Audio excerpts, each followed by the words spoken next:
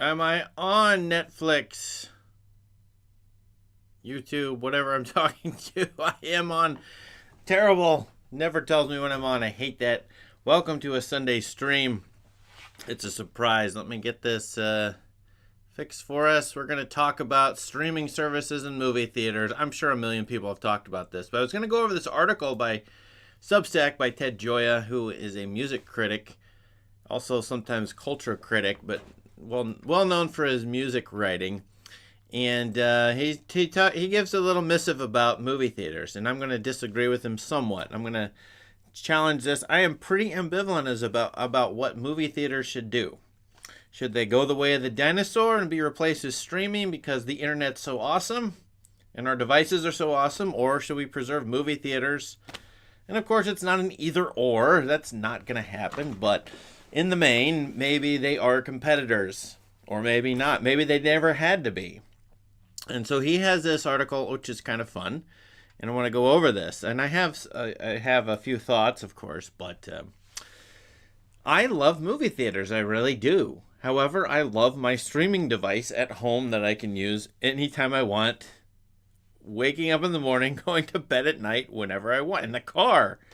Don't drive and use it, but I can use it when I am riding in the car. So I love both. What's a guy like me to do? Should movie theaters just die out? Should streaming services take over? Should movie studios send their movie, which they've just released, straight to streaming? Should they put it out in theaters for a week and then put it on streaming? All right, let's go. So apparently Netflix's CEO gave an interview. I'll just read through this. And the first part of this article is it takes a while to get going, in my opinion. But Netflix CEO gave an interview and made clear how much he hates movie theaters. He sort of does. I don't know. They release movies in theaters to get awards so they can get attention. I'm sure that's part of their strategy. Do they hate movie theaters? Well, they're probably their competitors, Netflix and other streaming services. But of course, one of the weird things about streaming services is some of these are movie studios that have streaming services. Disney, Paramount, etc. So this couldn't be true of all streamers, could it? Anyway, he insists he's not the only one. In the year 2025, the audience shares his loathing. They also hate going to the cinema, or so he thinks. Well, as the data will show, movie theater box office has dropped after COVID, at least. And that's what he says. The theatrical box office is down 40 to 50%.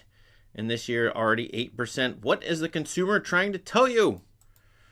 Yes, like most people, I prefer to sit at home and not go out. You've got traffic. You've got rudeness at the theaters. You've got the fact that theaters cost more.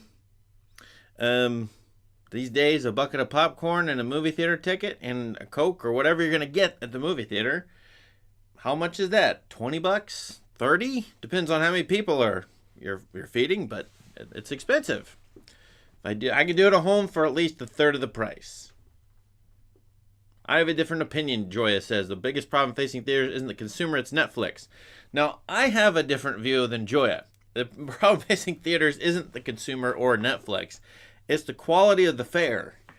So one of my problems with this article is that it doesn't take into account, well, a little bit, but the aesthetic excellence of the film quality that we've had in, I don't know, the last 5 or 6 years, maybe longer.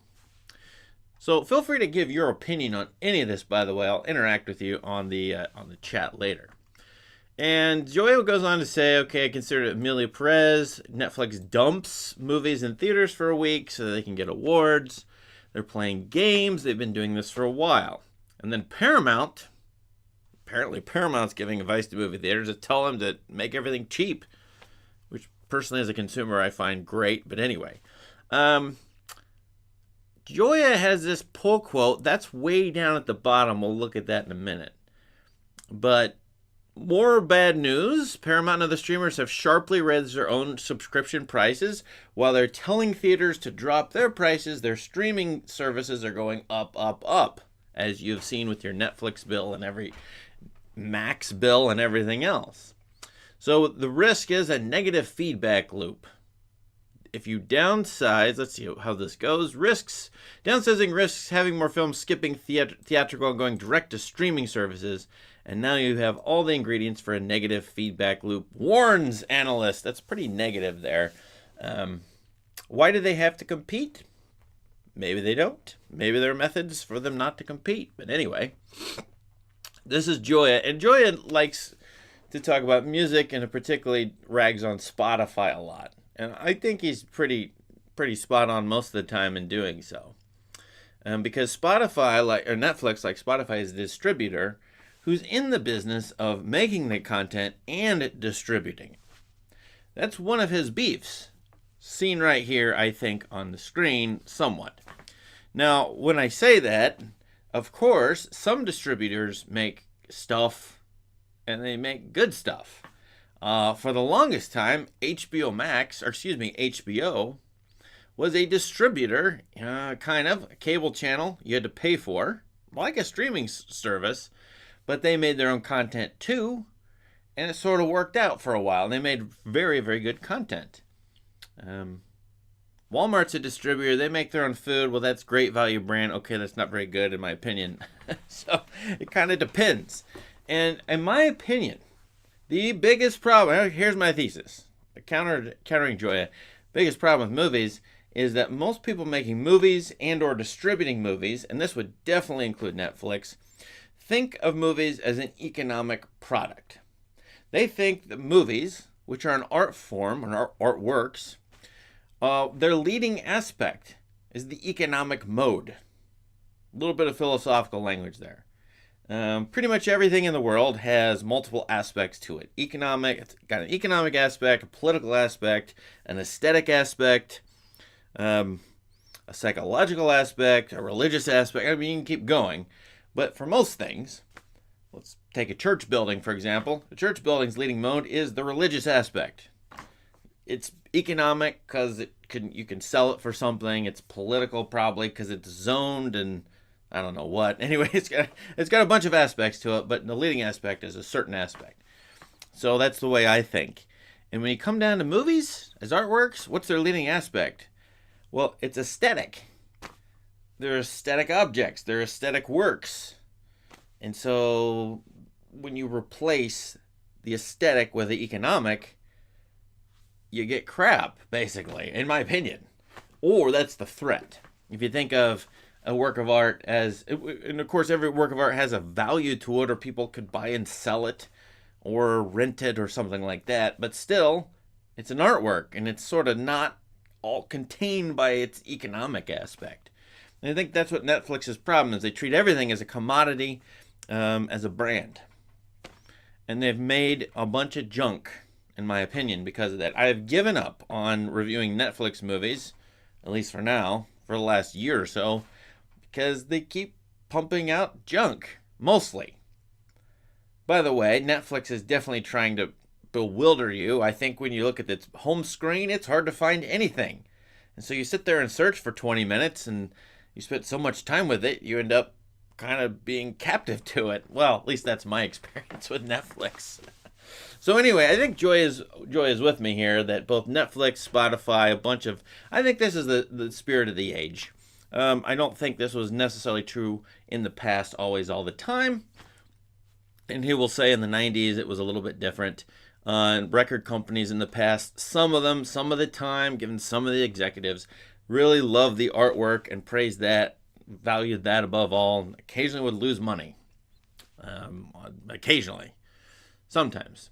Well, Netflix and Spotify are co-opting everything. And Disney hates its own brand. And it gets into these movie studios hate themselves. Movie studios hate themselves. They hate movies. I didn't understand this graphic at all, so I'm ignoring this. It was kind of fun. Anyway, he says the heyday of the 90s, Disney was great. Disney promoted artworks. I disagree with this. I don't like these movies that much, but he likes them. And they acquired Pixar, and they had Miramax and Touchstone, and those were good movie studios through which they released rated R films, and you released G-rated and PG through Disney. But nowadays, they hate themselves, and one example is Tinkerbell, who is body conscious.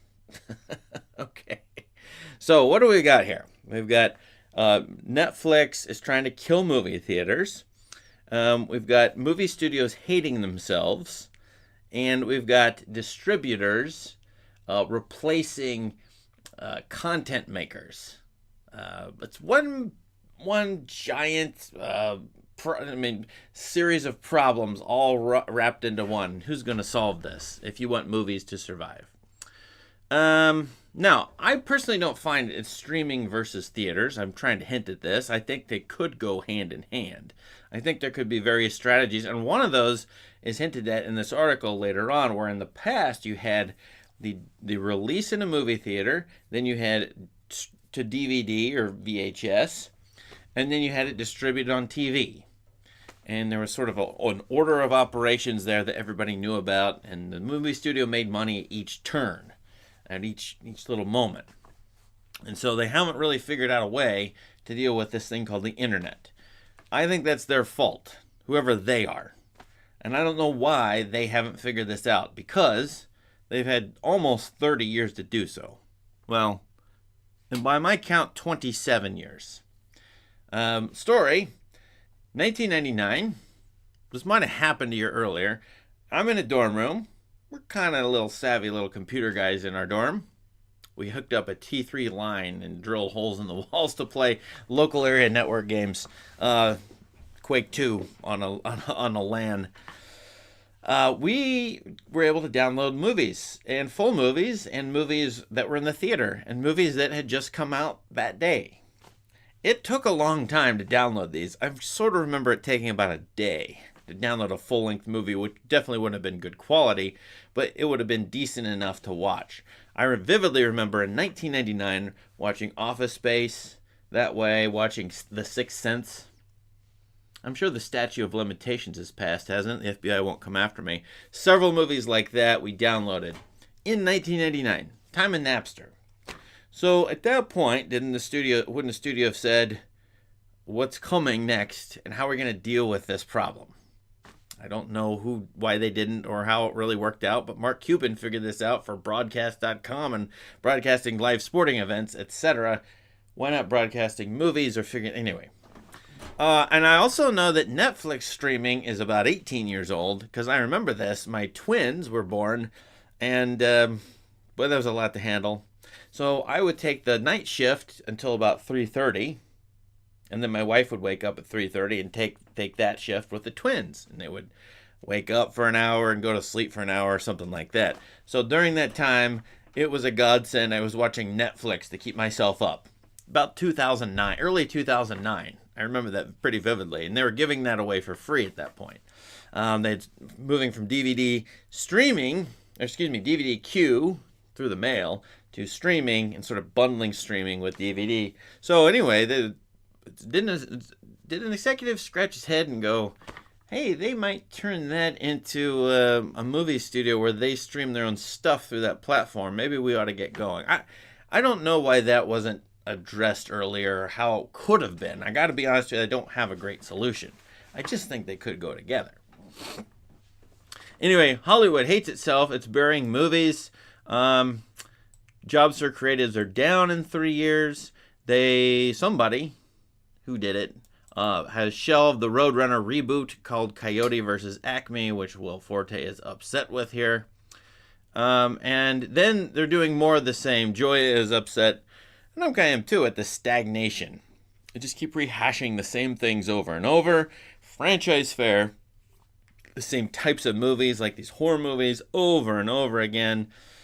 Movies set in the 1980s. Movies set before the time of cell phones or smartphones, which is I have a tentative thesis right now, and that's Hollywood is scared of smartphones and has been for some time, and that's why they really haven't portrayed them that much in movies.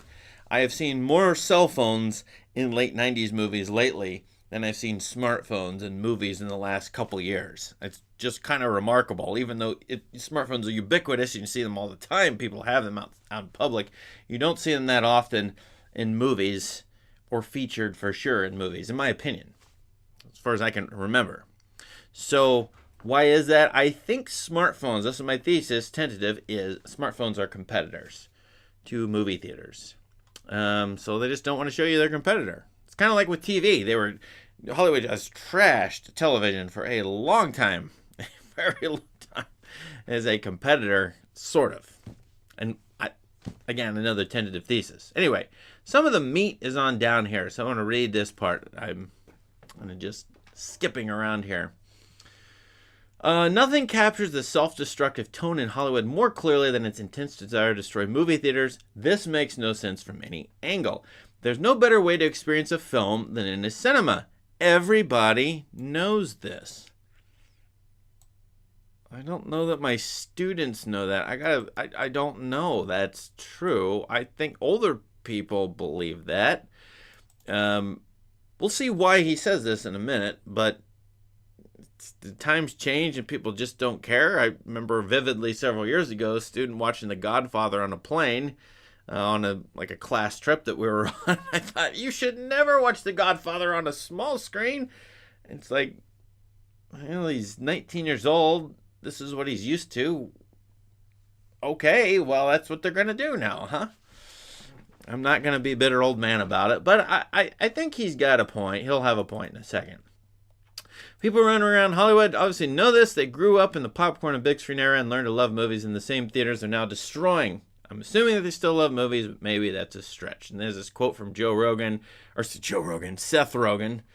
That sounds like hearsay from Variety, and I would not have quoted that because I don't trust anything that Seth Rogen is hearsaying at me.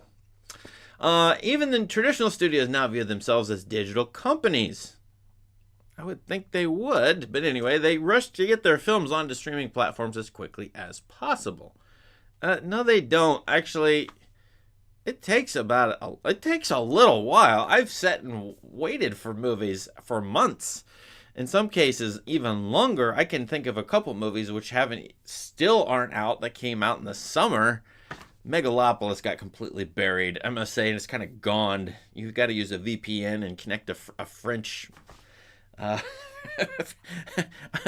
You got to go to France to watch Megalopolis, basically, virtually or not. Yeah. This is a total departure from the distribution strategy of the past, which built new income streams. See, I don't think so. I think sometimes it takes weeks, if not months, to go to streaming. It takes weeks, if not months, to go to VHS or DVD. So I'm not sure why this is a difference. I think the difference is care on the part of distributors like Netflix. Are they in a business to make money off of people subscribing, or are they in a business to curate art, to make artwork and curate artwork?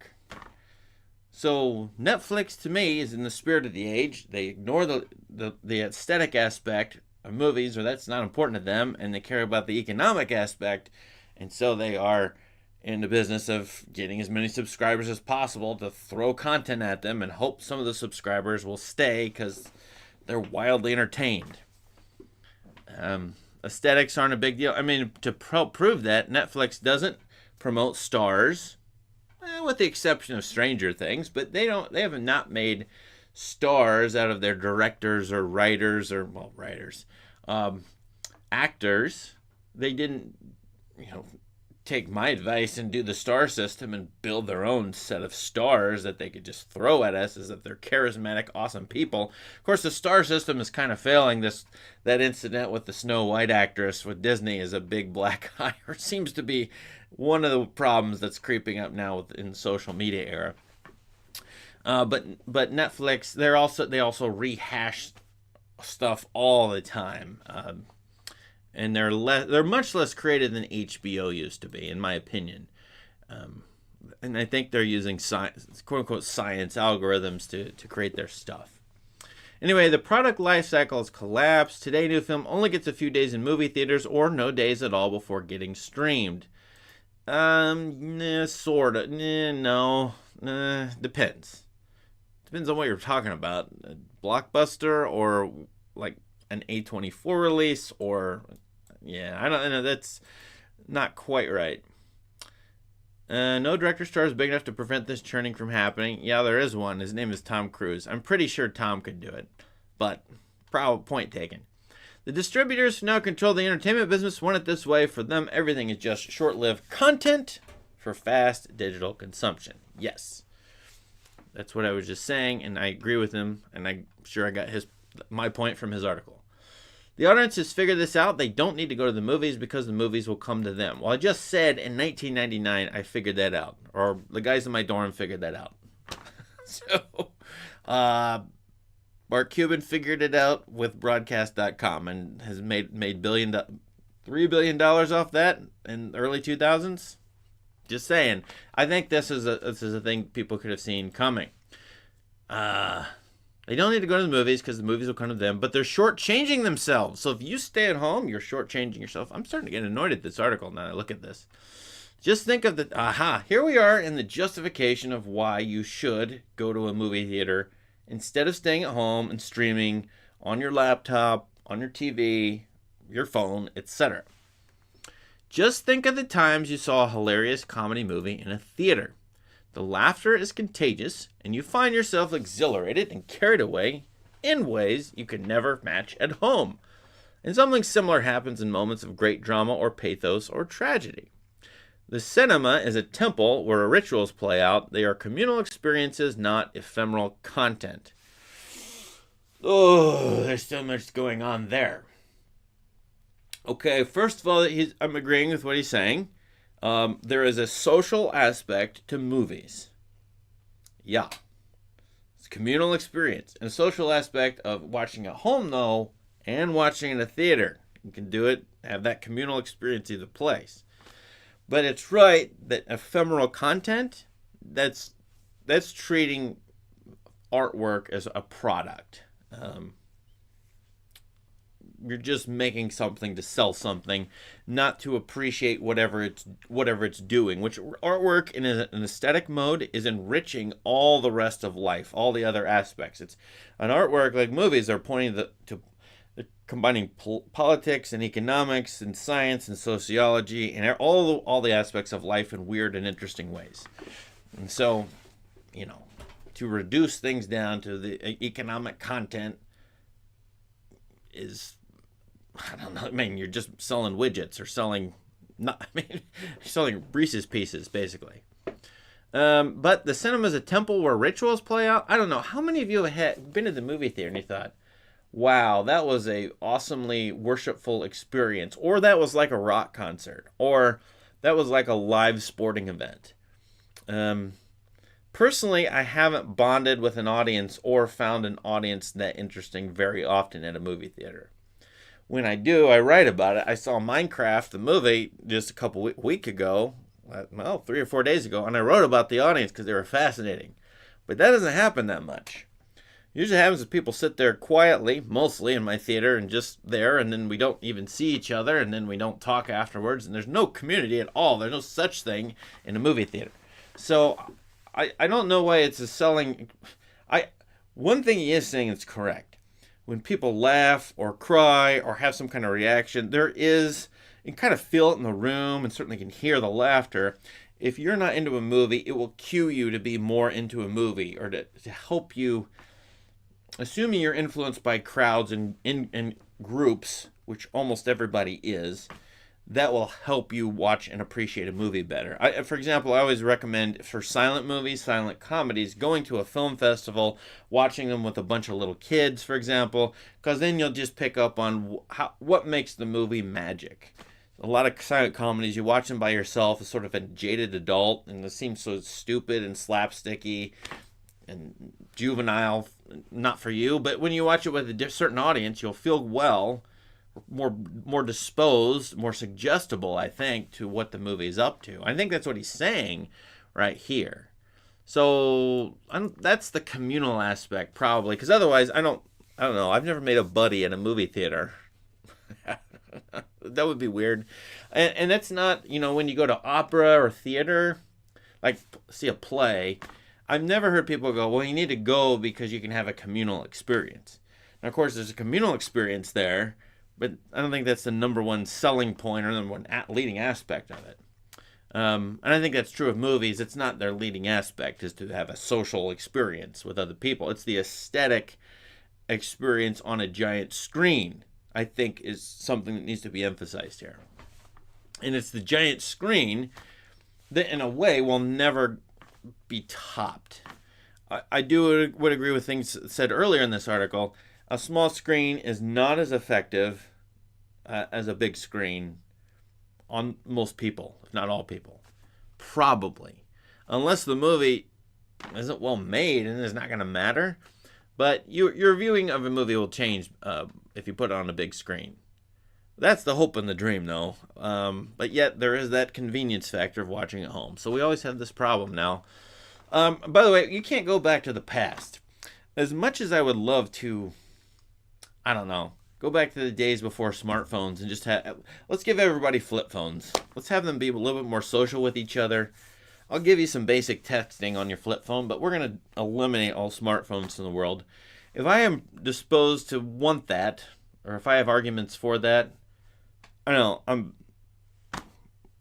I'm yelling into the wind, basically, because I'm not going to change the material reality that has a giant, forceful impact on everybody.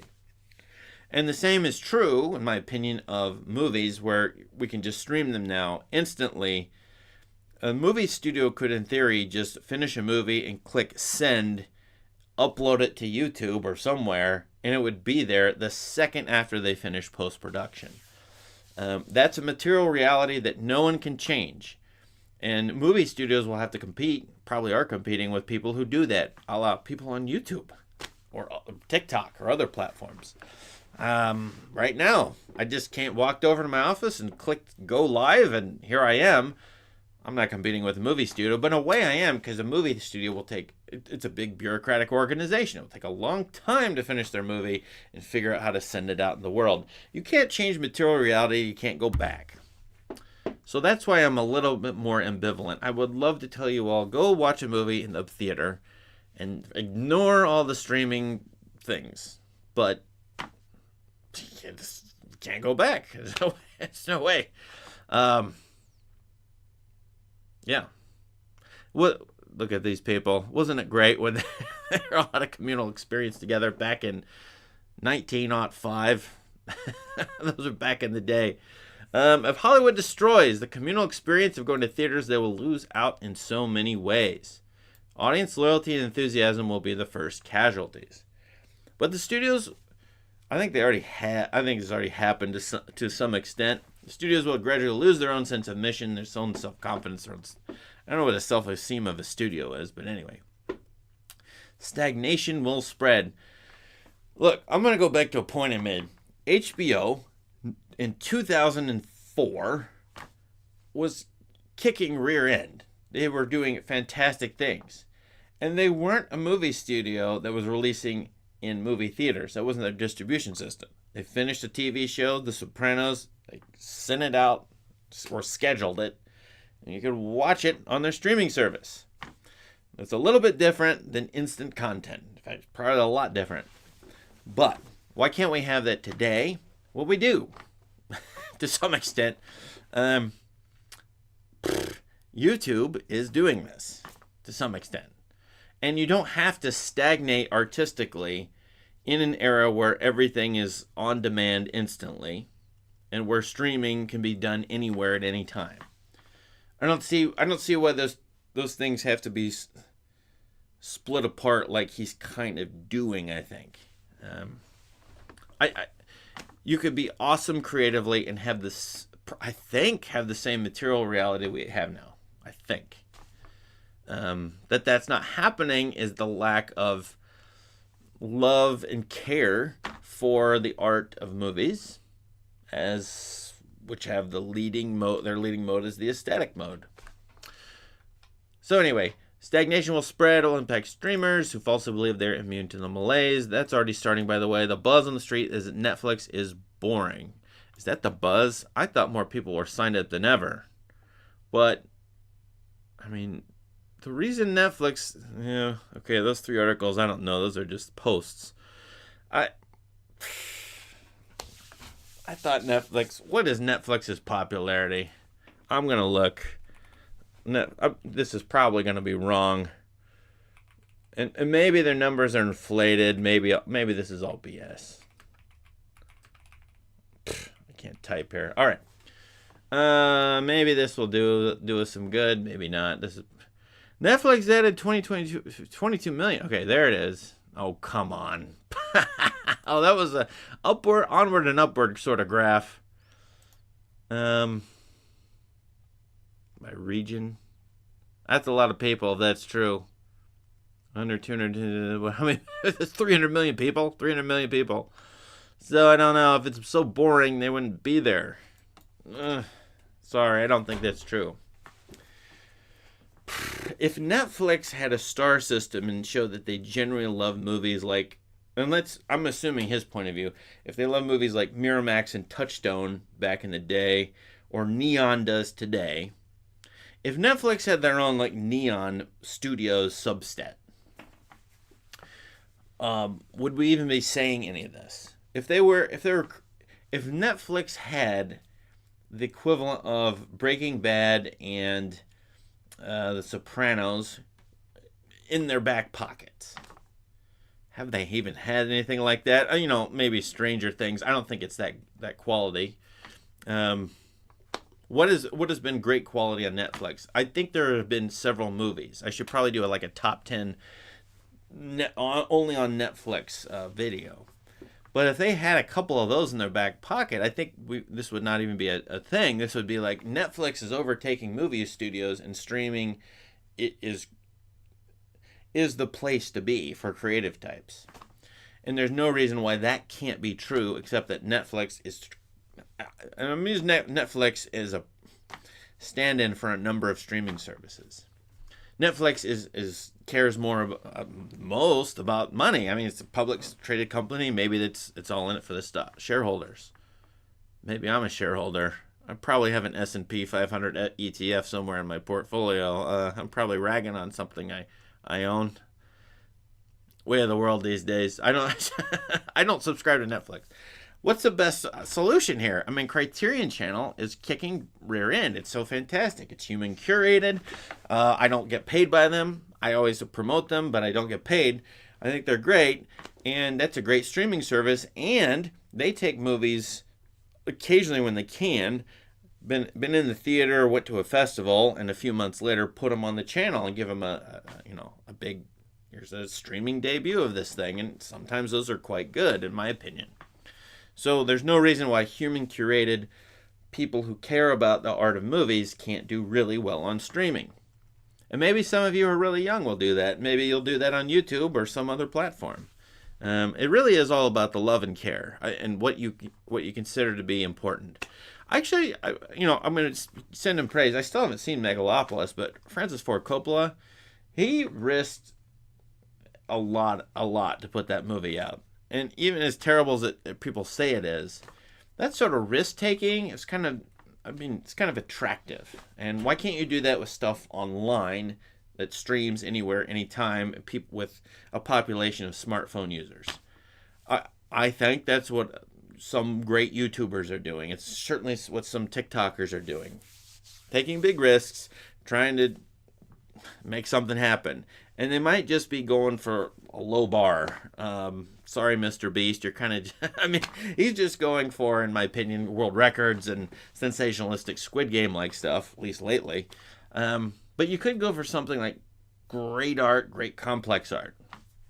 That's a big risk. So we don't have people doing that.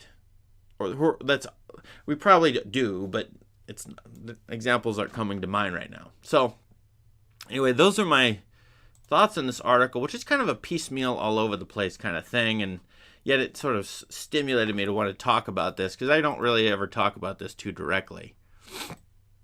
We got a good number of people here. Yeah, Sunday is streaming. I never do that, but I saw it, and I don't have much time this week other than today, so I want to read some of these comments. A person lives in LA, AC Dragon Rider. It's not going anywhere, especially for theaters that play older films. Exactly. So at least until people like me croak, which will be in, who knows, 30, 40 years, there'll be movie theaters, like small art house things, at least.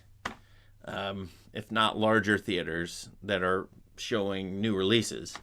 But for people like me, my age, maybe a little younger, nostalgia of the movie theater, realizes big screens are there. I mean, you're going to have that just like you have jazz clubs in big cities, for example. Great art form, jazz, but not a lot of people like it, yet if you know, you know. So, yeah, I gotta be, so Brian Caldwell says performance halls. I would rather go to it's less of a risk for me to go to a play at a renowned theater, probably, than it is to go to a new movie these days. And the theater experience in a theater, as in plays, is fantastic, in my opinion. So, but the tickets are more expensive, like way, way, way, way more than a movie theater. So that's a barrier to entry. One wonders if movie theaters can figure out, the art house theaters, how to show something cheap. I'm dreaming of how to start a business right now. I don't think I can do it, but that would be fun. If I had a ton of discretionary income, I would. Netflix shows all their new films at the Egyptian Theater in LA. Yeah. Every theater competes with membership deals. Yeah, they do. I like my local theater, which has like a chain of about 20. They started a membership thing just recently, and they're really just trying to get me in there for the popcorn. I never buy food there, but sorry. I mean, I know they only make money off concessions. Yeah. So if you do go look at Netflix, their back catalog, if you want to subscribe for a couple months and sort of mine it for like great artists, like Charlie Kaufman directs a movie, and the Coen brothers have a movie on there that you can't get on Blu-ray. That's at this point they've done enough good stuff to justify like 2-3 months worth if you're like targeting them. But I wouldn't subscribe over a whole year hoping they'll churn out new good content. Yeah, okay, it's Wesley Stewart. When the dominant question becomes, will this boost subscriber retention rather than what does this film say, the result is a flood of safe, algorithm-driven content. Yeah. So, yeah. Exactly.